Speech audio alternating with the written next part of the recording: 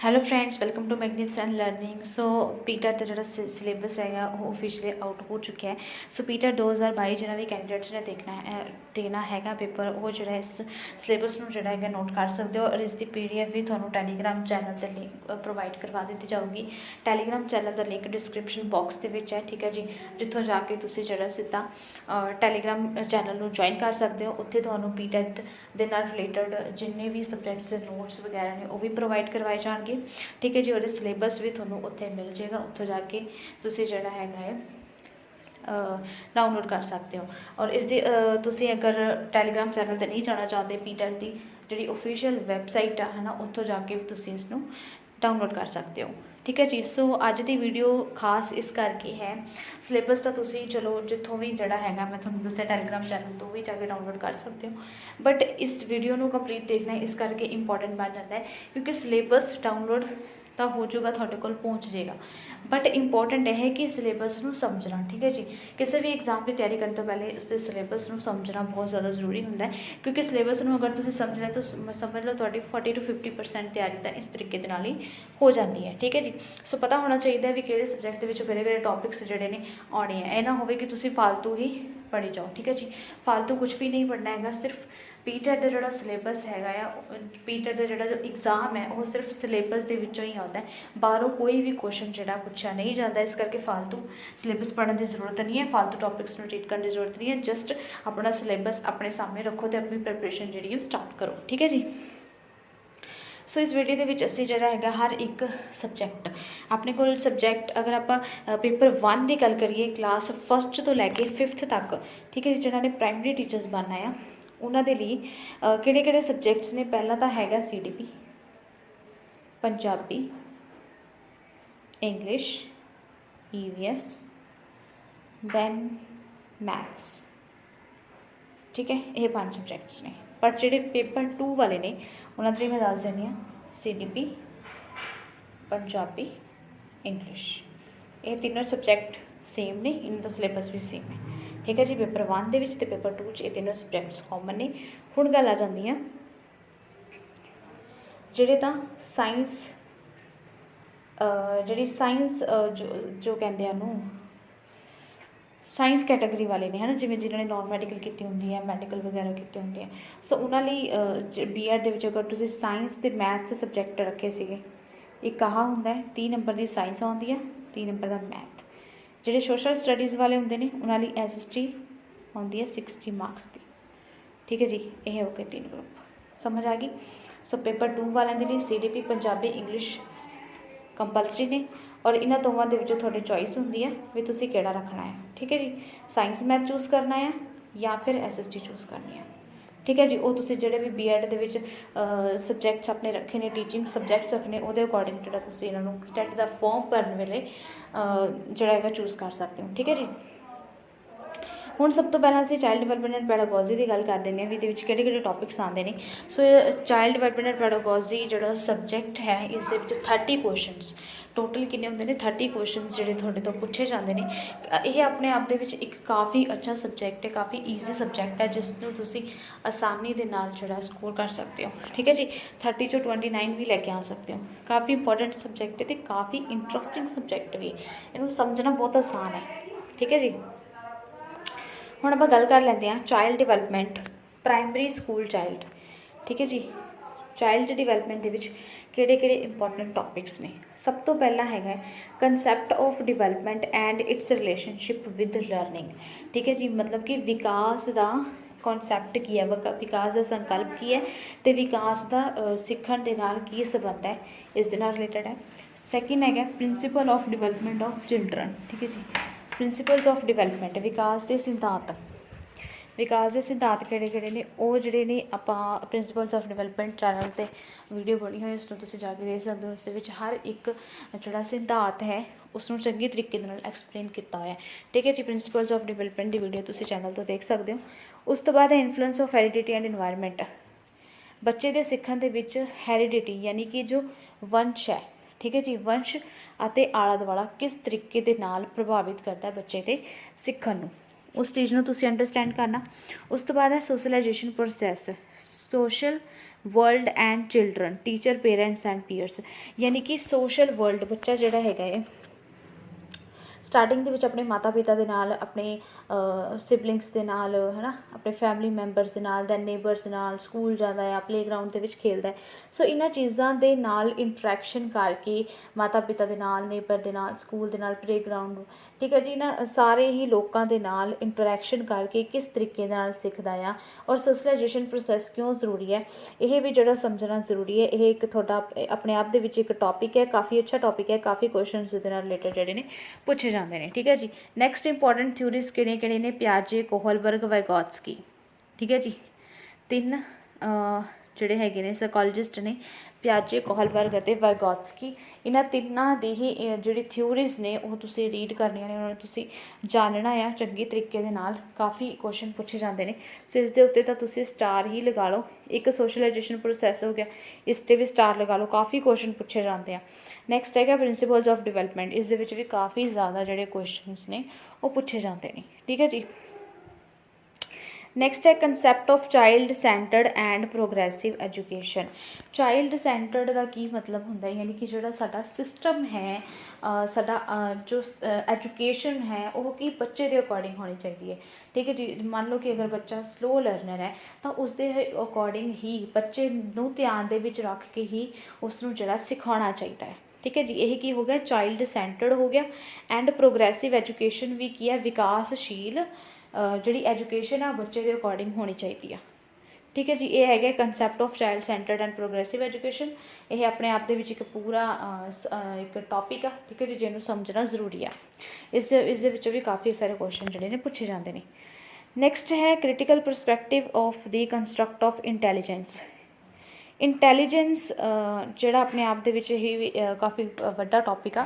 ਸੋ ਕਾਫੀ ਸਾਰੇ ਜਿਹੜੇ ਸਾਈਕੋਲੋਜਿਸਟ ਨੇ, ਹੈ ਨਾ ਜੀ, ਉਹਨਾਂ ਨੇ ਇੰਟੈਲੀਜੈਂਸ ਦੇ ਬਾਰੇ ਕਾਫੀ ਸਾਰੀਆਂ ਚੀਜ਼ਾਂ ਕਹੀਆਂ ਨੇ। ਇੰਟੈਲੀਜੈਂਸ ਕੀ ਹੈ? ਬੇਸਿਕਲੀ ਬੁੱਧੀ ਹੈ। ਠੀਕ ਹੈ ਜੀ। ਬੁੱਧੀ ਅੰਕ ਦੇ ਬਾਰੇ ਗੱਲ ਕੀਤੀ ਆ, ਇੰਟੈਲੀਜੈਂਸ ਕੁਐਸਚਨ ਦੇ ਬਾਰੇ ਗੱਲ ਕੀਤੀ ਆ। ਠੀਕ ਹੈ ਜੀ। ਬੁੱਧੀ ਵਾਲਾ ਇੱਕ ਪੂਰਾ ਚੈਪਟਰ ਆ, ਇਸ ਦੇ ਨਾਲ ਵੀ ਰਿਲੇਟਡ ਜਿਹੜਾ ਕੁਐਸਚਨ ਪੁੱਛਿਆ ਜਾਂਦਾ, ਇਹ ਵੀ ਰੀਡ ਕਰਨਾ ਜ਼ਰੂਰੀ ਹੈ। ਨੈਕਸਟ ਹੈ ਮਲਟੀ ਡਾਇਮੈਂਸ਼ਨਲ ਇੰਟੈਲੀਜੈਂਸ। ਇਹ ਵੀ ਇੰਟੈਲੀਜੈਂਸ ਦੇ ਵਿੱਚ ਹੀ ਆ ਜਾਂਦੇ ਨੇ। ਇੰਟੈਲੀਜੈਂਸ ਦੀ ਥਿਊਰੀਜ਼ ਉਹਨਾਂ ਨੂੰ ਪੜ੍ਹਨਾ ਵੀ ਜ਼ਰੂਰੀ ਹੈ। ਠੀਕ ਹੈ ਜੀ। ਨੈਕਸਟ ਆਪਾਂ ਗੱਲ ਕਰਦੇ ਹਾਂ ਲੈਂਗੁਏਜ ਐਂਡ ਥੋਟ। ਪਿਆਜੇ ਅਤੇ ਵਾਈਗੋਟਸਕੀ ਦੇ ਲੈਂਗੁਏਜ ਅਤੇ ਥੋਟ, ਯਾਨੀ ਕਿ ਭਾਸ਼ਾ ਅਤੇ ਵਿਚਾਰ। ਭਾਸ਼ਾ ਅਤੇ ਵਿਚਾਰ ਕਿਵੇਂ ਜਿਹੜੇ ਬੱਚੇ ਦੇ ਡਿਵੈਲਪਮੈਂਟ ਦੇ ਵਿੱਚ ਕਿਸ ਤਰੀਕੇ ਦੇ ਨਾਲ ਰੋਲ ਅਦਾ ਕਰਦੇ ਨੇ, ਇਸ ਨੂੰ ਸਮਝਣਾ ਵੀ ਜ਼ਰੂਰੀ ਹੈ। ਲੈਂਗੁਏਜ ਐਂਡ ਥੋਟ ਦਾ ਇੱਕ ਪੂਰਾ ਚੈਪਟਰ ਹੈ। ਠੀਕ ਹੈ ਜੀ। ਕਾਫੀ ਇੰਪੋਰਟੈਂਟ ਹੈ। ਨੈਕਸਟ ਹੈਗਾ, ਇਸ 'ਤੇ ਵੀ ਤੁਸੀਂ ਸਟਾਰ ਲਗਾ ਸਕਦੇ ਹੋ, ਕਾਫੀ ਇੰਪੋਰਟੈਂਟ ਹੈ। ਸੋ ਜਿਹਨਾਂ 'ਤੇ ਮੈਂ ਸਟਾਰ ਲਗਾ ਰਹੀ ਹਾਂ ਤੁਸੀਂ ਸਭ ਤੋਂ ਪਹਿਲੇ ਰੀਡ ਕਰਨੇ ਨੇ। ਠੀਕ ਹੈ ਜੀ। ਸਭ ਤੋਂ ਪਹਿਲੇ ਉਹਨਾਂ ਨੂੰ ਹੀ ਤੁਸੀਂ ਜਿਹੜਾ ਕੰਪਲੀਟ ਕਰਨਾ ਹੈ, ਕਿਉਂਕਿ ਕਾਫੀ ਜ਼ਿਆਦਾ ਪੋਰਸ਼ਨ ਜਿਹੜਾ ਇਹ ਕਲੈਕਟ ਕਰ ਲੈਂਦੇ ਨੇ ਸਾਰੇ ਟੌਪਿਕ। ਨੈਕਸਟ ਹੈ gender as a social construct, gender roles, gender bias, education practice. ਯਾਨੀ ਕਿ ਜਿਹੜਾ ਲਿੰਗ ਹੈ ਉਹ ਕੀ ਸੋਸ਼ਲ ਕੰਸਟਰਕਟ ਹੈ, ਵੀ ਜਿਹੜਾ ਲਿੰਗ ਹੈ ਕੁੜੀ ਮੁੰਡਾ, ਹੈ ਨਾ, ਕੁੜੀ ਨੇ ਆਹ ਕੰਮ ਕਰਨੇ ਨੇ, ਮੁੰਡੇ ਨੇ ਆਹ ਕੰਮ ਕਰਨੇ ਨੇ, ਇਹ ਕਿਸ ਨੇ ਬਣਾਇਆ ਹੋਇਆ? ਗੋਡ ਨੇ ਤਾਂ ਸਾਨੂੰ ਨਹੀਂ ਨਾ ਕਿਹਾ, ਗੋਡ ਨੇ ਸਾਨੂੰ ਨਹੀਂ ਵੰਡਿਆ ਵੀ ਕੁੜੀਆਂ ਨੇ ਆਹ ਕੰਮ ਕਰਨੇ, ਮੁੰਡਿਆਂ ਨੇ ਇਹ ਕੰਮ ਕਰਨੇ, ਨਹੀਂ, ਬਲਕਿ ਇਹ ਤਾਂ ਸਮਾਜ ਦੇ ਵਿੱਚੋਂ ਹੀ ਸਾਨੂੰ ਮਿਲਿਆ ਹੋਇਆ ਵੀ ਲੜਕੀਆਂ ਨੇ ਆਹੀ ਕੰਮ ਕਰਨੇ ਆ ਸਿਰਫ। ਠੀਕ ਹੈ ਜੀ। ਘਰ ਦੇ ਕਰਨੇ ਆ, ਮੁੰਡਿਆਂ ਨੇ ਬਾਹਰ ਦਾ ਕਰਨਾ। ਇਹ ਇੱਕ ਸੋਸ਼ਲ ਕੰਸਟਰਕਟ ਹੈ। ਠੀਕ ਹੈ ਜੀ। ਸੋ ਇਹ ਵੀ ਆਪਣੇ ਆਪ ਦੇ ਵਿੱਚ ਟੌਪਿਕ ਹੈ ਜਿਸ ਨੂੰ ਤੁਸੀਂ ਅੱਛੇ ਤਰੀਕੇ ਨਾਲ ਰੀਡ ਕਰਨਾ ਹੈ। ਕਾਫੀ ਕੁਐਸਚਨ ਪੁੱਛੇ ਜਾਂਦੇ ਨੇ। ਨੈਕਸਟ ਹੈ ਇੰਡੀਵਿਜੂਅਲ ਡਿਫਰੈਂਸਿਸ ਅਮੰਗ ਲਰਨਰਸ। ਯਾਨੀ ਕਿ ਜਿਹੜੇ ਬੱਚੇ ਨੇ, ਹੁਣ ਤੁਸੀਂ ਦੋ ਬੱਚਿਆਂ ਨੂੰ ਕੰਪੇਅਰ ਨਹੀਂ ਕਰ ਸਕਦੇ, ਬਿਲਕੁਲ ਗਲਤ ਗੱਲ ਹੋਏਗੀ। ਕਦੇ ਵੀ ਦੋ ਬੱਚਿਆਂ ਨੂੰ ਕੰਪੇਅਰ ਨਹੀਂ ਕਰਨਾ ਚਾਹੀਦਾ, ਕਿਉਂਕਿ ਹਰ ਇੱਕ ਬੱਚੇ ਦੇ ਵਿੱਚ ਇੱਕ ਖਾਸ ਜਿਹੜੀ ਵਿਸ਼ੇਸ਼ਤਾ ਹੁੰਦੀ ਹੈ। ਹਰ ਇੱਕ ਬੱਚੇ ਦੇ ਵਿੱਚ ਇੱਕ ਖਾਸ ਕੌਸ਼ਲ ਹੁੰਦਾ, ਇੱਕ ਖਾਸ ਸਕਿੱਲ ਹੁੰਦੀ ਹੈ। ਇਸ ਕਰਕੇ ਕਦੇ ਵੀ ਦੋ ਬੱਚਿਆਂ ਨੂੰ ਜਾਂ ਫਿਰ ਇੱਕ ਤੋਂ ਜ਼ਿਆਦਾ ਬੱਚਿਆਂ ਨੂੰ ਤੁਸੀਂ ਕਲਾਸਰੂਮ ਦੇ ਵਿੱਚ ਕੰਪੇਅਰ ਨਹੀਂ ਕਰਨਾ ਹੈ, ਬਲਕਿ ਜਿਵੇਂ ਮਤਲਬ ਜਿਹੜੇ ਬੱਚੇ ਨੇ ਉਸ ਦੇ ਅਕੋਰਡਿੰਗ ਹੀ ਉਹਨੂੰ ਸਿਖਾਉਣਾ ਹੈ। ਇੰਡੀਵਿਜੂਅਲ ਡਿਫਰੈਂਸਿਸ ਦਾ ਇਹੀ ਮਤਲਬ ਹੈ ਵੀ ਕੋਈ ਵੀ ਨੋ ਟੂ ਪਰਸਨਸ ਆਰ ਅਲਾਈਕ। ਠੀਕ ਹੈ ਜੀ। ਕੋਈ ਵੀ ਦੋ ਪਰਸਨ ਇੱਕ ਵਰਗੇ ਨਹੀਂ ਹੁੰਦੇ, ਉਹ ਇੱਕ ਦੂਜੇ ਤੋਂ ਕੀ ਹੁੰਦੇ ਨੇ, ਕਿਸੇ ਨਾ ਕਿਸੇ ਤਰੀਕੇ ਦੇ ਨਾਲ ਡਿਫਰੈਂਟ ਹੋਣਗੇ। Understanding differences based on diversity of language, caste, gender, community and religion. ਯਾਨੀ ਕਿ ਇਹ ਜਿਹੜਾ ਟੌਪਿਕ ਹੈ ਬੇਸਿਕਲੀ ਤੁਹਾਨੂੰ ਇਹੀ ਗੱਲ ਸਮਝਾਉਂਦਾ ਹੈ, ਐਜ਼ ਅ ਟੀਚਰ ਤੁਹਾਨੂੰ ਗੱਲ ਸਮਝਾਉਂਦਾ ਹੈ ਵੀ ਜਿਹੜੇ ਬੱਚੇ ਨੇ ਉਹਨਾਂ ਨੂੰ ਤੁਸੀਂ ਲੈਂਗੁਏਜ ਦੇ ਆਧਾਰ 'ਤੇ ਨਹੀਂ ਵੰਡਣਾ ਹੈਗਾ। ਠੀਕ ਹੈ ਜੀ। ਕਾਸਟ ਦੇ ਆਧਾਰ 'ਤੇ ਤੁਸੀਂ ਉਹਨਾਂ ਨੂੰ ਨਹੀਂ ਵੰਡਣਾ, ਜੈਂਡਰ ਦੇ ਆਧਾਰ 'ਤੇ ਨਹੀਂ ਵੰਡਣਾ, ਕਮਿਊਨਿਟੀ ਔਰ ਧਰਮ ਦੇ ਆਧਾਰ 'ਤੇ ਤੁਸੀਂ ਉਹਨਾਂ ਨੂੰ ਸੈਪਰੇਟ ਨਹੀਂ ਕਰਨਾ, ਯਾਨੀ ਕਿ ਵਿਤਕਰਾ ਉਹਨਾਂ ਦੇ ਨਾਲ ਨਹੀਂ ਕਰਨਾ। ठीक है जी, ये गल आपां नूं समझाउंदी है। जिहड़ा टॉपिक है काफ़ी अच्छा टॉपिक है, इस दे विच भी क्वेश्चन पूछे जाते हैं। नैक्सट है मोस्ट इंपॉर्टेंट, जिस दे विच ਜਿਹੜੇ ਕਾफ़ी ज़्यादा कन्फ्यूजन च रहंदे ने, ठीक है जी, पीटैट ਜਿਹੜਾ देने वाले कैंडीडेट्स ने। फर्स्ट है distinction between assessment for learning, ਇਹ मैं तुहानूं दस दिंदी। एक है assessment for learning, assessment of learning, ठीक है जी। एक होर है असैसमेंट एज लर्निंग, ऐदा ही कुछ आ, ठीक है जी। सो इन्हां दे विच डिफरेंस समझना बहुत ही ज़्यादा जरूरी है। इसनूं डिफरेंस तुसीं जरूर समझना, स्टार लगा लो, ठीक है जी। सो इस दे विच आपां सिलेबस डिस्कशन कर रहे हैं, इस करके मैं ये टॉपिक्स जिहड़ा इत्थे नहीं समझा सकदी। तुसीं चैनल नूं सबसक्राइब कर लो, मैनूं कमेंट च जरूर दस के जाए, वो सारे जिहड़े टॉपिक ने आपां चाइल्ड डिवेलपमेंट करवा देंगे, ठीक है जी। सो नैक्सट है continuous and comprehensive evaluation. Evaluation की हुंदी है, जिहड़ी पूरा साल जो बच्चा पढ़ लैंदा तो एंड ते आके जिहड़े ने मार्च दे विच तुहानूं पता है एग्जाम ले जांदे ने, वो इवैल्यूएशन की तरह हो जाता है। But continuous and comprehensive evaluation अपने आप दे विच एक बहुत ब्रॉड टर्म है, जिसनूं आपां छोटे ਜਿਹੇ नज़रिए दे नाल नहीं दे सकते। ये भी एक अच्छा टॉपिक है, इसनूं भी तुसीं रीड करना, काफ़ी क्वेश्चन पूछे जाते हैं। स्कूल बेस्ड असैसमेंट मतलब कि एक तो होंदा ना, बाहरों कोई भी टीचर आके बच्चे नूं असैस करता, उन्होंने टैसट लैंदा है, है ना। सो स्कूल बेस्ड मतलब कि स्कूल के टीचर्स ही बच्चे का जोड़ा असैसमेंट करते हैं, उन्होंने तो जोड़ा है एग्जाम वगैरह लैंदे ने, ओके।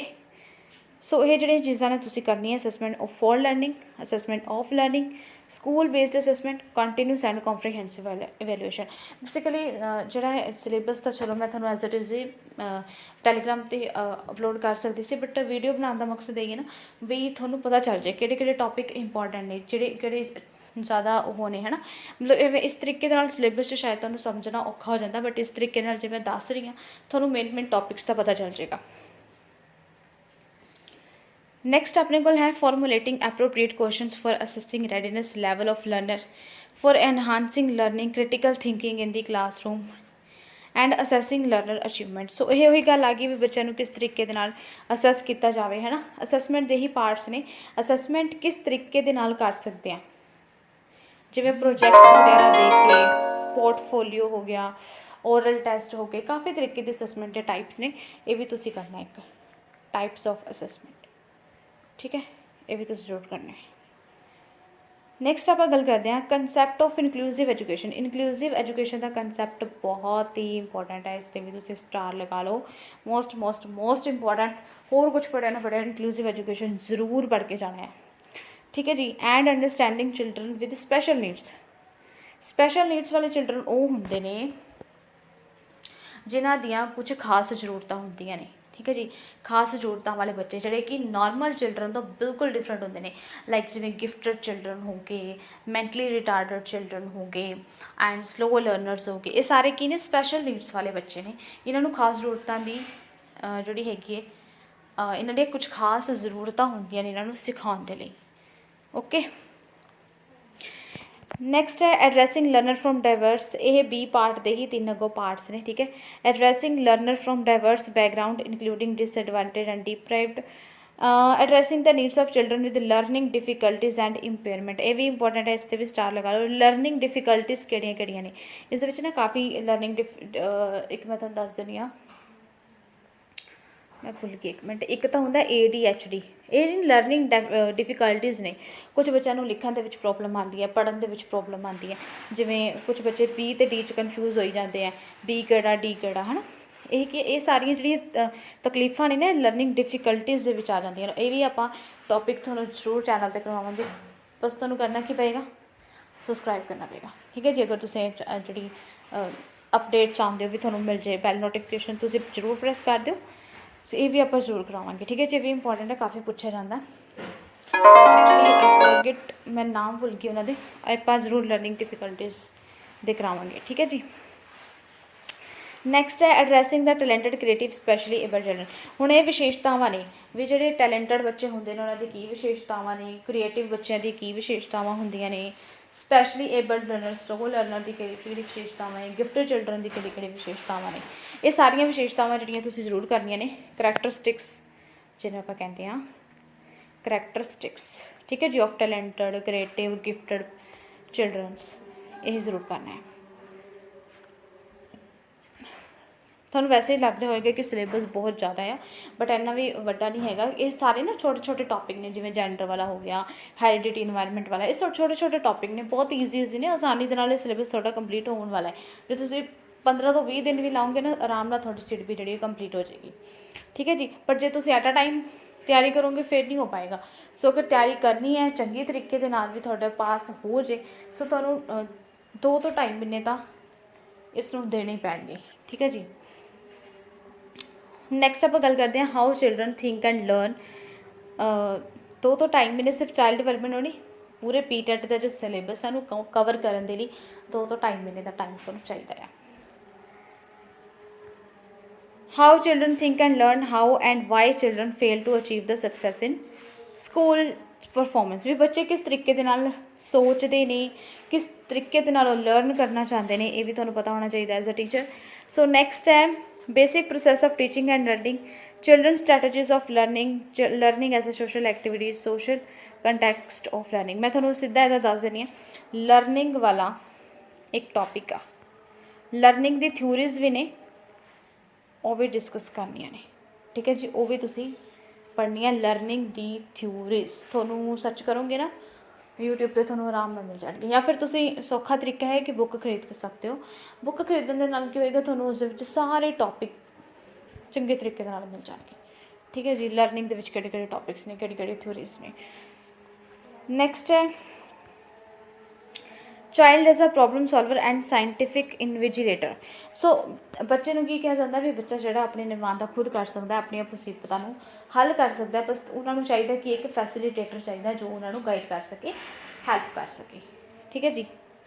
ਨੈਕਸਟ ਆਪਣੇ ਕੋਲ ਕੋਗਨੀਸ਼ਨ ਅਤੇ ਇਮੋਸ਼ਨ, ਮੋਟੀਵੇਸ਼ਨ ਐਂਡ ਲਰਨਿੰਗ, ਇਹ ਛੋਟੇ ਛੋਟੇ ਟੌਪਿਕ ਨੇ, ਇਹਨਾਂ ਨੂੰ ਵੀ ਤੁਸੀਂ ਕਰਨਾ ਆ। Factor contributing to learning, personal and environment, ਠੀਕ ਹੈ ਜੀ। ਲਰਨਿੰਗ ਨੂੰ ਕਿਸ ਤਰੀਕੇ ਨਾਲ ਵਾਤਾਵਰਨ ਪ੍ਰਭਾਵਿਤ ਕਰਦਾ ਹੈ ਵੀ ਕਰਨਾ ਹੈ। ਕਿਹਾ ਕਿ ਚੀਜ਼ਾਂ alternative conceptions of learning in children, understanding children error and ਹਾਂ, ਬੱਚਿਆਂ ਦੀ ਕਿਹੜੀ ਗਲਤੀਆਂ ਨੇ ਉਹਨਾਂ ਨੂੰ ਅੰਡਰਸਟੈਂਡ ਕਰਨਾ ਹੈ ਤੁਸੀਂ। ਬੱਚਿਆਂ ਦੀ ਗਲਤੀਆਂ ਨੂੰ ਕਦੇ ਨਹੀਂ ਕੱਢਣਾ, ਠੀਕ ਹੈ ਜੀ। ਬੱਚੇ ਨੂੰ ਦੱਸਣਾ ਨਹੀਂ ਹੈ, ਬਲਕਿ ਉਹਨੂੰ ਗਾਈਡ ਕਰਨਾ ਵੀ ਆਪਣੀ ਗਲਤੀ ਖੁਦ ਲੱਭ ਸਕੇ ਅਤੇ ਉਸ ਨੂੰ ਸੁਧਾਰ ਸਕੇ। ਸੋ ਤੁਸੀਂ ਕੀ ਕਰਨਾ, ਗਾਈਡ ਕਰਨਾ, ਬੱਚੇ ਨੂੰ ਮਾਰਨਾ ਜਾਂ ਫਟਕਾਰਨਾ ਨਹੀਂ ਹੈ, ਠੀਕ ਹੈ ਜੀ। ਇਹ ਸੀਗਾ ਆਪਣਾ child development and pedagogy the syllabus. I hope ਤੁਹਾਨੂੰ ਸਮਝ ਆ ਗਿਆ ਹੋਏਗਾ। ਸੋ ਜਿਹੜੇ ਜਿਹੜੇ ਟੌਪਿਕ ਤੁਸੀਂ ਚਾਹੁੰਦੇ ਹੋ ਆਪਾਂ ਚੈਨਲ 'ਤੇ ਕਰਵਾਈਏ ਤਾਂ ਕਮੈਂਟ ਕਰ ਦਿਓ, ਆਪਾਂ ਉਹ ਜਿਹੜੇ ਟੌਪਿਕ ਨੇ ਉਹ ਕਰਵਾ ਦਾਂਗੇ, ਜਿਹੜੇ ਤੁਹਾਨੂੰ ਲੱਗਦਾ ਵੀ ਬੁੱਕ 'ਚੋਂ ਸਮਝ ਨਹੀਂ ਆ ਰਹੇ ਸਾਨੂੰ, ਠੀਕ ਹੈ ਜੀ। ਸੋ ਚੈਨਲ ਨੂੰ ਜ਼ਰੂਰ ਸਬਸਕ੍ਰਾਈਬ ਕਰ ਦਿਓ ਐਂਡ ਮੋਸਟ ਇੰਪੋਰਟੈਂਟ ਵੀਡੀਓ ਜ਼ਰੂਰ ਲਾਈਕ ਕਰਕੇ ਜਾਣੀ ਅਗਰ ਵੀਡੀਓ ਵਾਕਈ ਤੁਹਾਨੂੰ ਪਸੰਦ ਆ ਰਹੀ ਹੈ, ਠੀਕ ਹੈ ਜੀ। ਨੈਕਸਟ ਹੁਣ ਸਮਝਦੇ ਆਪਾਂ ਪੰਜਾਬੀ ਦੇ ਸਿਲੇਬਸ ਨੂੰ। ਪੰਜਾਬੀ ਦਾ ਸਿਲੇਬਸ ਤਾਂ ਬਹੁਤ ਈਜ਼ੀ ਹੈ, ਕੁਛ ਨਹੀਂ ਹੈਗਾ, ਆਰਾਮ ਨਾਲ ਤੁਸੀਂ, ਮੈਂ ਤੁਹਾਨੂੰ ਕਹਿ ਰਹੀ ਹਾਂ ਬਿਨਾਂ ਪੜ੍ਹੇ ਵੀ ਤੁਸੀਂ 30 ਚੋਂ 25 ਲੈ ਸਕਦੇ ਹੋ, ਇੰਨੀ ਸੌਖੀ ਆ ਪੰਜਾਬੀ, ਠੀਕ ਹੈ ਜੀ। ਉਹ ਅਲੱਗ ਗੱਲ ਹੈ, ਹਿੰਦੀ ਇੰਗਲਿਸ਼ ਮੀਡੀਅਮ ਵਾਲਿਆਂ ਵਾਸਤੇ ਥੋੜ੍ਹੀ ਡਿਫੀਕਲਟੀ ਹੋ ਜਾਂਦੀ ਹੈ, ਬਟ ਜਿਹਨਾਂ ਦੀ ਮਦਰ ਟੰਗ ਹੀ ਆ ਉਹ ਤਾਂ ਆਰਾਮ ਨਾਲ ਲੈ ਸਕਦੇ ਆ ਇਹਦੇ ਵਿੱਚੋਂ, ਓਕੇ। ਸਭ ਤੋਂ ਪਹਿਲਾਂ ਤੁਹਾਨੂੰ ਕੀ ਆਏਗਾ, ਇੱਕ ਪੈਰਾ ਆਏਗਾ, ਇੱਕ ਲੈਂਗੁਏਜ ਕੰਪਰੀਹੈਂਸ਼ਨ ਪੈਰਾ ਆ ਸਕਦਾ ਹੈ, ਠੀਕ ਹੈ, ਜਾਂ ਫਿਰ ਇੱਕ 1 ਸੈਕਿੰਡ, ਹਾਂ 2 ਪੈਰੇ ਆਉਣੇ ਆ, ਠੀਕ ਹੈ ਜੀ। 2 ਪੈਸੇਜ ਆਉਣੇ ਆ, ਇੱਕ ਹੋਏਗਾ ਪ੍ਰੋਸ ਸਮਝਦੇ ਹੋ ਨਾ, ਇੱਕ ਪੈਰਾ ਜਿਹਾ ਲਿਖਿਆ ਹੋਏਗਾ 10-12 ਲਾਈਨਾਂ ਦਾ, ਇੱਕ ਆਏਗੀ ਪੋਇਮ। ਇਹਨਾਂ ਦੋਨਾਂ ਦੇ ਵਿੱਚੋਂ ਹੀ ਕੁਐਸਚਨਸ ਪੁੱਛੇ ਜਾਣਗੇ, ਬਹੁਤ ਈਜ਼ੀ ਹੁੰਦੀ ਹੈ। ਪੋਇਮ ਦੀ ਬਿਲਕੁਲ ਟੈਨਸ਼ਨ ਲੈਣ ਦੀ ਲੋੜ ਨਹੀਂ ਹੈ, ਪੋਇਮ ਬਿਲਕੁਲ ਈਜ਼ੀ ਜੀ ਆਏਗੀ, ਠੀਕ ਹੈ ਜੀ। ਪੇਪਰ 1 ਵਾਲਿਆਂ ਦੀ ਗੱਲ ਕਰ ਰਹੀ ਹਾਂ, ਪੋਇਮ ਬਹੁਤ ਈਜ਼ੀ ਆਏਗੀ, ਸੋ ਆਸਾਨੀ ਨਾਲ ਤੁਸੀਂ ਉਸਨੂੰ ਕੱਢ ਲਓਗੇ। ਪੰਜਾਬੀ ਦੇ ਪ੍ਰੀਵੀਅਸ ਈਅਰ ਵੀ ਆਪਾਂ ਸਾਰੇ ਕਰਵਾ ਦਾਂਗੇ ਚੈਨਲ 'ਤੇ, ਬਸ ਤੁਹਾਨੂੰ ਕਮੈਂਟ ਕਰਨਾ ਪੈਣਾ ਹੈ, ਬਸ ਛੋਟਾ ਜਿਹਾ ਕਮੈਂਟ, ਮਿੰਟ ਲੱਗਣਾ ਵੀ ਪ੍ਰੀਵੀਅਸ ਈਅਰ ਕਰਵਾ ਦਿਓ ਆਹ ਵਾਲੇ ਸਬਜੈਕਟ 'ਤੇ, ਆਪਾਂ ਸਾਰੇ ਪ੍ਰੀਵੀਅਸ ਈਅਰ ਕਰਵਾ ਦਾਂਗੇ। ਪ੍ਰੀਵੀਅਸ ਈਅਰ ਵੀ ਕਰ ਲੈਣਾ ਆਰਾਮ ਨਾਲ, 25 ਤੁਹਾਡੇ ਆ ਜਾਣੇ ਆ 30 ਚੋਂ। ਪੰਜਾਬੀ 'ਚ ਜ਼ਿਆਦਾ ਤੁਹਾਨੂੰ ਮਿਹਨਤ ਕਰਨ ਦੀ ਜ਼ਰੂਰਤ ਵੀ ਨਹੀਂ ਹੈ, ਪਰ ਜ਼ਿਆਦਾ ਲਾਈਟਲੀ ਵੀ ਨਾ ਲੈ ਜਾਓ, ਪੜ੍ਹ ਕੇ ਜ਼ਰੂਰ ਜਾਇਓ, ਇੱਕ ਵਾਰ ਤਾਂ ਜ਼ਰੂਰ ਰੀਡਿੰਗ ਮਾਰਨੀ ਹੈ, ਠੀਕ ਹੈ ਜੀ। ਨੈਕਸਟ ਆਪਾਂ ਗੱਲ ਕਰਦੇ ਹਾਂ pedagogy of language development. Pros ਆ ਗਿਆ, ਇੱਕ ਪੋਇਮ ਆਉਣੀ, ਉਹਨਾਂ 'ਚੋਂ ਕੁਐਸਚਨ ਆਨਸਰ ਆਉਣੇ ਨੇ। ਹੁਣ ਬੀ ਪਾਰਟ 'ਚ ਦੇਖੋ ਕੀ ਆਉਣਾ ਹੈ ਪੰਜਾਬੀ ਦੇ, ਇਹ ਵੀ ਪੰਜਾਬੀ ਦਾ ਸਿਲੇਬਸ ਹੀ ਆ, ਠੀਕ ਹੈ। ਫਸਟ ਹੈ ਲਰਨਿੰਗ ਐਂਡ ਐਕੁਇਜ਼ੀਸ਼ਨ, ਸਿੱਖਣਾ ਅਤੇ ਗ੍ਰਹਿਣਸ਼ੀਲਤਾ ਦੇ ਵਿੱਚ ਕੀ ਅੰਤਰ ਆ, ਸਿੱਖਣਾ ਅਤੇ ਗ੍ਰਹਿਣਸ਼ੀਲਤਾ। ਨੈਕਸਟ ਹੈ ਪ੍ਰਿੰਸੀਪਲਸ ਆਫ ਲੈਂਗੁਏਜ ਟੀਚਿੰਗ, ਯਾਨੀ ਕਿ ਭਾਸ਼ਾ ਨੂੰ ਪੜ੍ਹਾਉਣ ਦੇ ਸਿਧਾਂਤ, ਇਹ ਹੋ ਗਿਆ। ਨੈਕਸਟ ਹੈ role of listening and speaking, function of language and how children used it as a tool, ਯਾਨੀ ਕਿ ਸੁਣਨ ਅਤੇ ਬੋਲਣ ਦਾ ਬੱਚੇ ਦੀ ਸਿੱਖਣ ਦੇ ਵਿੱਚ ਕਿਵੇਂ ਪ੍ਰਭਾਵਿਤ ਕਰਦਾ। ਬੋਲਣਾ ਅਤੇ ਸੁਣਨਾ ਬੱਚੇ ਦੇ ਸਿੱਖਣ ਦੇ ਵਿੱਚ ਕਿਸ ਤਰੀਕੇ ਨਾਲ ਪ੍ਰਭਾਵਿਤ ਕਰਨਗੇ। ਇੱਕ ਆ ਹੋ ਗਿਆ। ਨੈਕਸਟ ਹੈ critical perspective on the role of grammar and learning a language for communicating ideas verbally on ਇੱਕ ਚੀਜ਼ ਹੋਰ, ਇਹ ਸਾਰੇ topic language and acquisition, learning and acquisition, principle of language teaching channel 'ਤੇ ਹੁਣੇ ਜਾਓ, ਉੱਥੇ ਪਲੇਲਿਸਟ ਬਣੀ ਹੋਈ ਹੈ PTET ਪੰਜਾਬੀ ਇਸ ਤਰੀਕੇ ਨਾਲ ਲਿਖਿਆ ਹੋਏਗਾ ਕੁਛ, ਠੀਕ ਹੈ, ਉਸਨੂੰ ਜਾ ਕੇ ਦੇਖੋ, ਉਸ ਵਿੱਚ ਤੁਹਾਨੂੰ ਟੌਪਿਕ ਮਿਲ ਜਾਣਗੇ। ਮੌਕ ਟੈਸਟ ਵੀ ਕਰਵਾਏ ਹੋਏ ਨੇ, ਇੱਕ ਵੀਡੀਓ ਦੇ ਵਿੱਚ ਤਾਂ ਪੂਰੇ 70 ਕੁਐਸਚਨਸ ਕਰਵਾਏ ਹੋਏ ਨੇ, ਉਸਨੂੰ ਜਾ ਕੇ ਤੁਸੀਂ ਦੇਖ ਸਕਦੇ ਹੋ, ਪਤਾ ਚੱਲ ਜਾਊਗਾ ਤੁਹਾਨੂੰ ਕਿਸ ਤਰੀਕੇ ਦੇ ਨਾਲ ਜਿਹੜੇ ਪੁੱਛੇ ਜਾਂਦੇ ਨੇ ਐਗਜ਼ਾਮ 'ਚ, ਠੀਕ ਹੈ। ਮੈਂ ਉਹ ਵੀ ਕਾਰਡਸ ਨਹੀਂ ਹੁੰਦੇ ਜਿਹੜੇ ਆਈ ਬਟਨ, ਇਹ ਵੀ ਨਾਲ ਦੀ ਨਾਲ ਤੁਹਾਨੂੰ ਦੇ ਦੂੰਗੀ ਉੱਪਰ, ਠੀਕ ਹੈ। 1 ਸੈਕਿੰਡ ਆ ਕੀ ਹੋ ਗਿਆ। ਰੋਲ ਆਫ ਗ੍ਰਾਮਰ ਯਾਨੀ ਕਿ ਗ੍ਰਾਮਰ ਦਾ, ਵਿਆਕਰਨ ਦੀ ਭੂਮਿਕਾ, ਬੱਚੇ ਦੇ ਸਿੱਖਣ ਦੇ ਵਿੱਚ ਵਿਆਕਰਨ ਦੀ ਭੂਮਿਕਾ ਕੀ ਆ। ਨੈਕਸਟ ਹੈ ਲੈਂਗੁਏਜ ਸਕਿੱਲਸ, ਭਾਸ਼ਾ ਕੌਸ਼ਲ ਕਿਹੜੇ ਨੇ। ਆਪਣੇ ਕੋਲ 4 ਭਾਸ਼ਾ ਕੌਸ਼ਲ ਨੇ, ਲਿਸਨਿੰਗ ਸੁਣਨਾ, ਸਪੀਕਿੰਗ ਬੋਲਣਾ, ਰੀਡਿੰਗ ਪੜ੍ਹਨਾ ਐਂਡ ਰਾਈਟਿੰਗ ਲਿਖਣਾ। LSRW ਇਹ ਕੀ ਨੇ, ਆਪਣੇ 4 ਭਾਸ਼ਾ ਕੌਸ਼ਲ ਨੇ, ਇਹਨਾਂ ਨੂੰ ਤੁਸੀਂ ਪੜ੍ਹਨਾ ਹੈ, ਠੀਕ ਹੈ, ਦੇਖਣਾ ਹੈ ਇਹਨਾਂ ਬਾਰੇ। ਇੱਕ ਹੋਰ ਚੀਜ਼ ਰਹਿ ਗਈ, ਬੱਚੇ ਨੂੰ ਕਿਹੜੀਆਂ ਕਲਾਸਰੂਮ ਦੇ ਵਿੱਚ ਕਿਹੜੀ ਡਿਫੀਕਲਟੀਜ਼ ਆਉਂਦੀਆਂ ਨੇ, ਕੀ ਐਰਰਸ ਨੇ, ਕੀ ਡਿਸਆਰਡਰ ਨੇ। ਡਿਸਆਰਡਰ ਤਾਂ ਉਹੀ ਸੇਮ ਹੀ ਹੋ ਜਾਣਗੇ, ਪੜ੍ਹਨ ਦੇ ਵਿੱਚ ਸਮੱਸਿਆ, ਲਿਖਣ 'ਚ ਸਮੱਸਿਆ, ਹੈ ਨਾ, ਉਹ ਚੀਜ਼ਾਂ ਜਿਵੇਂ C ਨੂੰ ਇੱਦਾਂ ਲਿਖ ਦੇਣਾ, ਔਰ ਸਮਝ ਆ ਗਏ, M ਪਾਉਣ ਨੂੰ ਕਹੋ ਤਾਂ W ਪਾ ਦੇਣਾ, ਇਸ ਤਰੀਕੇ ਨਾਲ ਲਿਖਣ 'ਚ ਥੋੜ੍ਹੀਆਂ ਪ੍ਰੋਬਲਮਸ ਹੁੰਦੀਆਂ ਨੇ, ਇਹਨਾਂ ਨੂੰ ਐਰਰਸ ਬੋਲਿਆ ਜਾਂਦਾ ਹੈ। ਬੁੱਕ 'ਚ ਤੁਹਾਨੂੰ ਸਾਰਾ ਕੁਛ ਮਿਲ ਜਾਏਗਾ।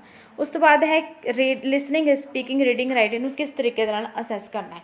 ਆਂਕਲਣ ਅਤੇ ਮੁਲਾਂਕਣ, ਭਾਸ਼ਾ ਕੌਸ਼ਲਾਂ ਦਾ ਆਂਕਲਣ ਅਤੇ ਮੁਲਾਂਕਣ, ਇਹ ਉਹ ਵਾਲਾ ਟੌਪਿਕ ਹੋ ਗਿਆ। ਨੈਕਸਟ ਹੈ ਟੀਚਿੰਗ ਲਰਨਿੰਗ ਮਟੀਰੀਅਲ ਯਾਨੀ ਕਿ ਬੱਚੇ ਨੂੰ ਸਿੱਖਣ ਦੇ ਸਾਧਨ ਕਿਹੜੇ ਨੇ, ਸਮੱਗਰੀ ਕਿਹੜੀ ਹੈ ਸਿਖਾਉਣ ਦੇ ਲਈ ਕਿਹੜੀ ਸਮੱਗਰੀ ਵਰਤੀ ਜਾਂਦੀ ਆ, ਕਿਤਾਬਾਂ ਵਰਤੀਆਂ ਜਾਂਦੀਆਂ ਨੇ, ਮਲਟੀਮੀਡੀਆ, ਕੰਪਿਊਟਰ, ਲੈਪਟਾਪ, LCDਆਂ, ਤੁਹਾਨੂੰ ਪਤਾ ਹੀ ਸਕੂਲ ਦੇ ਵਿੱਚ LCDਆਂ ਲੱਗ ਚੁੱਕੀਆਂ ਨੇ, ਇਹ ਸਾਰੀਆਂ ਚੀਜ਼ਾਂ ਸਿਖਾਈਆਂ ਯੂਜ਼ ਕੀਤੀਆਂ ਜਾਂਦੀਆਂ ਤਾਂ ਕਿ ਬੱਚੇ ਸਿੱਖ ਸਕਣ। ਰੈਮੀਡਲ ਟੀਚਿੰਗ ਕੀ ਹੁੰਦੀ ਹੈ, ਉਪਚਾਰਾਤਮਿਕ ਸਿੱਖਿਆ। ਉਪਚਾਰਾਤਮਿਕ ਦੇ ਵਿੱਚ ਕੀ ਹੁੰਦਾ ਹੈ, ਮੰਨ ਲਓ ਬੱਚਾ ਕਿਸੇ ਟੌਪਿਕ ਦੇ ਵਿੱਚ ਪਿੱਛੇ ਰਹਿ ਗਿਆ, ਮੰਨ ਲਓ ਤੁਸੀਂ ਉਹਨੂੰ ਜੋੜ ਦੇ ਸਵਾਲ ਸਿਖਾ ਰਹੇ ਹੋ, ਉਹ ਨਹੀਂ ਸਿੱਖ ਪਾ ਰਿਹਾ, ਫਿਰ ਤੁਸੀਂ ਰੈਮੀਡਲ ਟੀਚਿੰਗ ਯੂਜ਼ ਕਰੋਗੇ ਕਿ ਕਿਉਂ ਨਹੀਂ ਸਿੱਖ ਪਾ ਰਿਹਾ, ਉਸਦਾ ਕਾਰਨ ਲੱਭੋਗੇ ਅਤੇ ਕਿਸੇ ਅਲੱਗ ਤਰੀਕੇ ਦੇ ਨਾਲ ਉਹਨੂੰ ਸਿਖਾਉਣ ਦੀ ਕੋਸ਼ਿਸ਼ ਕਰੋਗੇ, ਠੀਕ ਹੈ ਜੀ, ਕਿਸੇ ਕੋਈ ਹੋਰ ਤਰੀਕਾ ਵਰਤ ਕੇ। ਇਹ ਸੀਗਾ ਆਪਣਾ ਪੰਜਾਬੀ ਦਾ ਸਿਲੇਬਸ, ਕਾਫੀ ਅੱਛਾ ਹੈ, ਠੀਕ ਹੈ, ਕੋਈ ਪ੍ਰੋਬਲਮ ਨਹੀਂ ਹੈ। ਅਗਰ ਤੁਸੀਂ ETT BEd ਦੇ ਵਿੱਚ ਪੰਜਾਬੀ ਪੜ੍ਹੀ ਹੈ ਨਾ, ਪੰਜਾਬੀ ਪੈਡਾਗੋਜੀ ਪੜ੍ਹੀ ਹੈ, ਬਸ ਫਿਰ ਤੁਹਾਨੂੰ ਕੋਈ ਦਿੱਕਤ ਨਹੀਂ ਆਉਣ ਵਾਲੀ। ਨੈਕਸਟ ਆਪਾਂ ਗੱਲ ਕਰ ਲੈਂਦੇ ਇੰਗਲਿਸ਼ ਦੀ, ਠੀਕ ਹੈ ਜੀ। ਇੰਗਲਿਸ਼ ਦੇ ਵਿੱਚ ਕੀ ਆਉਣਗੇ, ਟੂ ਅਨਸੀਨ ਪ੍ਰੋਜ਼ ਪੈਸੇਜਸ, ਇਸ ਦੇ ਵਿੱਚ ਦੋਨੋਂ ਹੀ ਪੈਰੇ ਆਉਣਗੇ, ਠੀਕ ਹੈ ਜੀ, 2 ਪੈਰੇ ਆਉਣਗੇ, ਉਹਨਾਂ ਦੇ ਨਾਲ ਰਿਲੇਟਡ ਕੁਐਸਚਨ ਪੁੱਛੇ ਜਾਣਗੇ। ਪੈਰਾ ਹੋਊਗਾ, ਪੈਰੇ ਨਾਲ ਰਿਲੇਟਡ ਕੁਐਸਚਨਸ ਹੋਣਗੇ, ਈਜ਼ੀ ਹੈ। ਇੱਕ ਚੀਜ਼ ਤੁਸੀਂ ਧਿਆਨ ਨਾਲ ਦੇਖੋਗੇ, ਹੁਣ ਤੁਸੀਂ ਕਹੋਗੇ ਕਿ ਤਾਂ ਬਿਲਕੁਲ ਸੇਮ ਹੈ। ਆਹ ਜਿਹੜਾ ਸਿਲੇਬਸ ਤੁਸੀਂ ਦੇਖ ਰਹੇ ਹੋ ਨਾ, ਪੰਜਾਬੀ ਅਤੇ ਇੰਗਲਿਸ਼ ਦੀ ਪੈਡਾਗੋਜੀ ਬਿਲਕੁਲ ਸੇਮ ਹੈ, ਠੀਕ ਹੈ ਜੀ, ਬਸ ਥੋੜ੍ਹਾ ਜਿਹਾ ਡਿਫਰੈਂਸ ਆ, ਬਾਕੀ ਸਿਲੇਬਸ ਦੇਖੋ ਸੇਮ ਹੈ। ਲਰਨਿੰਗ ਐਂਡ ਐਕੁਜ਼ੀਸ਼ਨ ਕੀ ਆ, ਪ੍ਰਿੰਸੀਪਲ ਆਫ ਲੈਂਗੁਏਜ ਟੀਚਿੰਗ, ਇਹ ਸਾਰੀਆਂ ਚੀਜ਼ਾਂ ਮੈਂ ਤੁਹਾਨੂੰ ਸਮਝਾ ਚੁੱਕੀ ਹਾਂ। Role of listening and speaking, role of grammar, difficulty, errors, language skills ਕਿਹੜੀਆਂ ਨੇ, LSRW, ਹੈ ਨਾ, ਇਵੈਲੂਏਸ਼ਨ, ਮੁਲਾਂਕਣ, ਅੰਕਲਣ ਕਿਵੇਂ ਕਰਨਾ ਆ, teaching learning material, remedial teaching, same ਹੈ, ਓਕੇ। ਹੁਣ ਆਪਾਂ ਗੱਲ ਕਰ ਲੈਂਦੇ ਹਾਂ ਮੈਥੇਮੈਟਿਕਸ ਦੀ। ਮੈਥੇਮੈਟਿਕਸ ਦੇ ਵਿੱਚ 30 ਨੰਬਰ ਦਾ ਆਉਂਦਾ, ਠੀਕ ਹੈ, 30 ਕੁਐਸਚਨਸ ਹੁੰਦੇ ਨੇ। ਕੰਟੈਂਟ ਹੈ, ਇਹ ਕੰਟੈਂਟ ਹੈ, ਉਸ ਤੋਂ ਬਾਅਦ ਪੈਡਾਗੋਜੀ ਸੈਕਸ਼ਨ ਹੈ।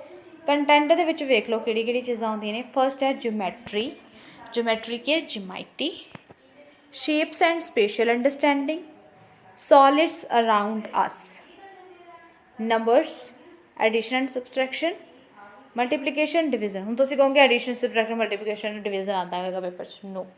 ਜਿਹੜੇ ਉਹ ਵਾਲੇ ਕੁਐਸਚਨਸ ਹੁੰਦੇ ਨੇ ਨਾ, ਵਰਡ ਪ੍ਰੋਬਲਮਸ ਜਿਹਨੂੰ ਕਹਿੰਦੇ ਆ, ਉਸ ਤਰੀਕੇ ਨਾਲ ਆਉਂਦਾ ਹੈ। ਮੈਜ਼ਰਮੈਂਟ, ਵੇਟ, ਟਾਈਮ, ਵੋਲਿਊਮ, ਇਹ ਸਾਰੀਆਂ ਚੀਜ਼ਾਂ ਤੁਹਾਨੂੰ ਪੇਪਰ 'ਚ ਪੁੱਛੀਆਂ ਜਾਣਗੀਆਂ।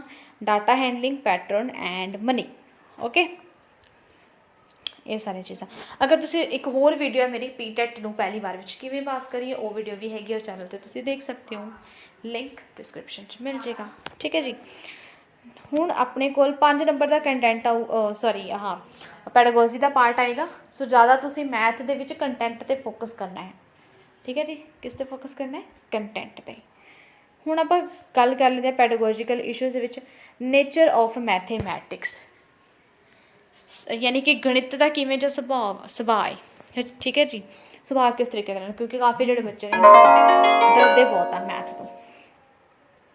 Logical thinking, understanding children thinking and reasoning pattern, strategies of making meaning and learning, ਯਾਨੀ ਕਿ ਬੱਚਿਆਂ ਨੂੰ ਕਿਸ ਤਰੀਕੇ ਦੇ ਨਾਲ ਮੈਥ ਪੜ੍ਹਾਇਆ ਜਾਵੇ, ਇਹ ਤੁਸੀਂ ਸਾਰੀਆਂ ਚੀਜ਼ਾਂ ਕਰਨੀਆਂ ਨੇ।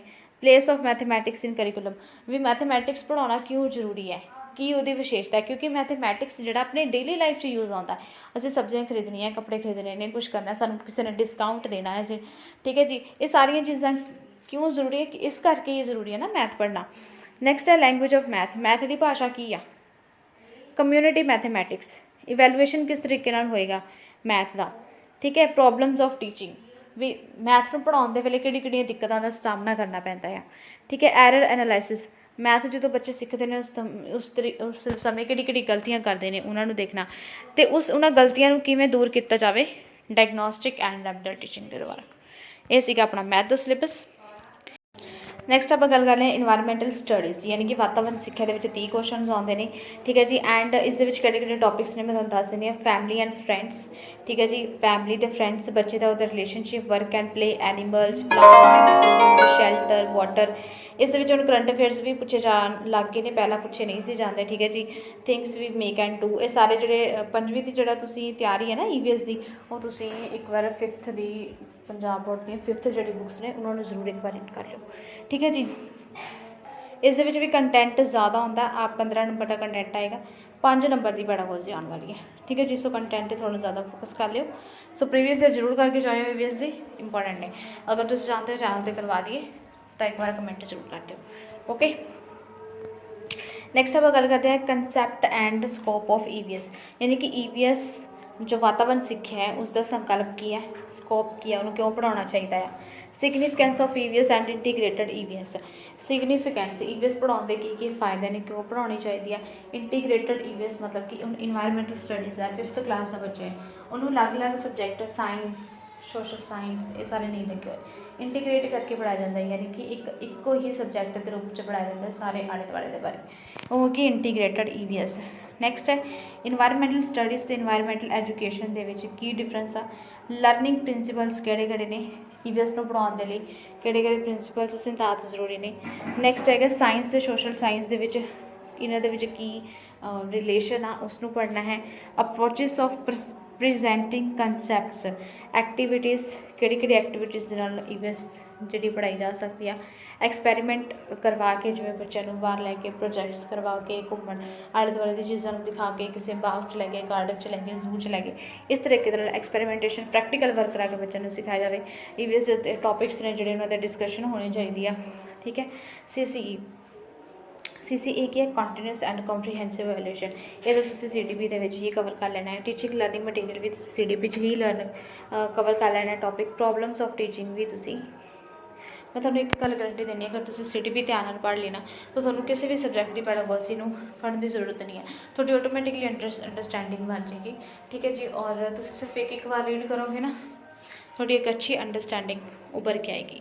ਨੈਕਸਟ ਹੁਣ ਆਪਾਂ ਗੱਲ ਕਰਦੇ ਹਾਂ ਪੇਪਰ 2 ਵਾਲਿਆਂ ਲਈ, ਇਹ ਸੀਗਾ ਪੇਪਰ 1 ਵਾਲਿਆਂ ਲਈ, ਹੁਣ ਅਸੀਂ ਪੇਪਰ 2 ਵਾਲਿਆਂ ਦੀ ਗੱਲ ਕਰਦੇ ਹਾਂ, ਠੀਕ ਹੈ।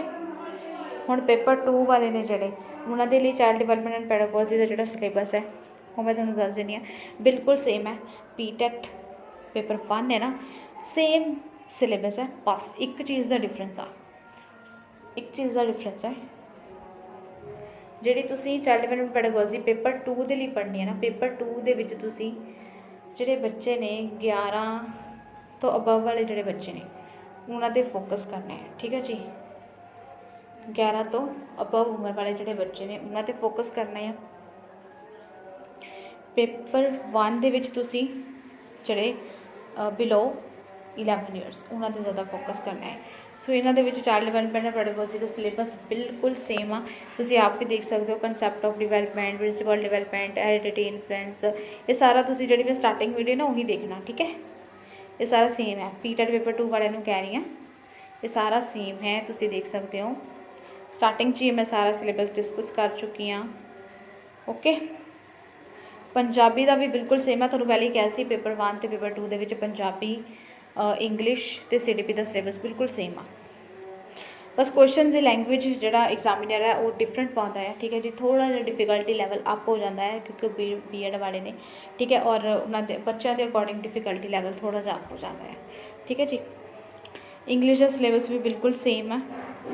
मैथेमैटिक्स का सिलेबस थोड़ा डिफरेंट आ, ठीक है, इस एडवांस मैथ आ जाता है। ओके, मैथेमैटिक्स एंड साइंस हुण ये तुसीं चूज़ करना है कि तुसीं mathematics and science, second option है कि SST, इन्हां चों तुसीं की चूज़ करना चाहते हो, ये थोड़ी वो है। अगर तुसीं मैथेमैटिक्स एंड साइंस चूज़ करते हो तो मैथेमैटिक्स थोड़ी आएगी 30 क्वेश्चन आएंगे मैथ के। मैथ के किहड़े होणगे, एक फर्स्ट टॉपिक अपना होएगा नंबर सिस्टम, काफ़ी अपने आप दे विच एक बड़ा टॉपिक है, काफ़ी इंपॉर्टेंट टॉपिक है, काफ़ी क्वेश्चन है जोड़ा कवर कर लैंदा है, 4 तो 5 क्वेश्चन तक कवर कर ही लेगा, ठीक है। सो इसनूं जरूर पढ़ लो, स्टार लगा लो इस पर। इस नॉइंग आवर नंबरस किहड़े ने, प्राकृतिक संख्यावां, हो वास्तविक संख्यावां, रियल नंबर, इंटीजर, फलाना टिमकाना, बहुत सारे ने, है ना, तुहानूं पता ही है, 9th 10th तुसीं पढ़े होने, वो कर लो। Whole numbers, negative numbers, integers, fractions, ये सारी चीज़ां करनियां है। दैन उस तो बाद अपने को आता अलजैबरा, अलजैबरा पढ़ना है। रेशियो एंड प्रपोर्शन आ गया, ज्योमैट्री 2D 3D, सिमिट्री आ गई है ना, सिमिट्री तुसीं समझते हो। कंस्ट्रक्शन वाले जोड़े क्वेश्चन ने पूछे जाते हैं। नैक्सट अपने को आ जाती है मैंसूरेशन होगी, डाटा हैंडलिंग हो गया, डाटा हैंडलिंग तो बहुत ईजी है, ये जोड़े टॉपिक ने पूछे जाते हैं। नंबर सिस्टम अपने आप के एक बड़ा टॉपिक है, अलजैबरा, ज्योमैट्री तो मैंसूरेशन, ये प्रीवियस ईयर तुसीं जरूर कर लियो। थानू प्रीवियस ईयर करोगे ना, तुसीं हर एक सबजैक्ट का थानू आइडिया लग जाएगा भी किस तरीके क्वेश्चन पूछे जा रहे हैं। ओके, दैन उस तो बाद कंटेंट की गल करिए, nature of mathematics, place of mathematics, language of mathematics, community mathematics, same है सिलेबस पेपर 1 जोड़ा आप डिस्कस किया। ओके, दैन आप गल करते हैं साइंस। साइंस के 30 क्वेश्चन आते हैं। कंटेंट किहड़े फूड, भोजन के रिलेटेड, भोजन के पोषक तत्त आ जाएंगे, संतुलित भोजन आएगा, और किहड़ियां अगर भोजन नहीं खाते, विटामिन ए की कमी नाल किहड़ा रोग होंदा है ना, समझते हो ना, ये सारी चीज़ां आ जाएंगियां। Sources of food, components of food, cleaning food, किस दे विच कार्बोहाइड्रेट की मात्रा होंदी आ, प्रोटीन का वधिया सोर्स किहड़ा, इस तरीके के क्वेश्चन देखने को मिलते हैं। नैक्सट आ गया मटीरियल, जिमें हाँ materials of daily use, the world of living moving things, ये सारिया चीज़ां। मटीरियल के विच आ जाएगा अपना जिमें खनिज पदार्थ हो गए, समझते हो गल, ठीक है, आह वाली चीज़ां आ जाएंगियां।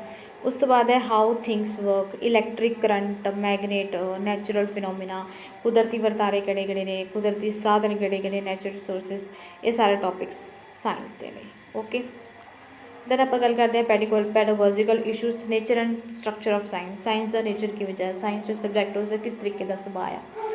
Natural science aims and objectives, science को पढ़ाने के उद्देश्य ते ऑबजैक्टिव की ने, हो गया। अंडरस्टैंडिंग एंड एप्रीशिएटिंग साइंस, साइंस को किस तरीके नाल समझा जा सकता है।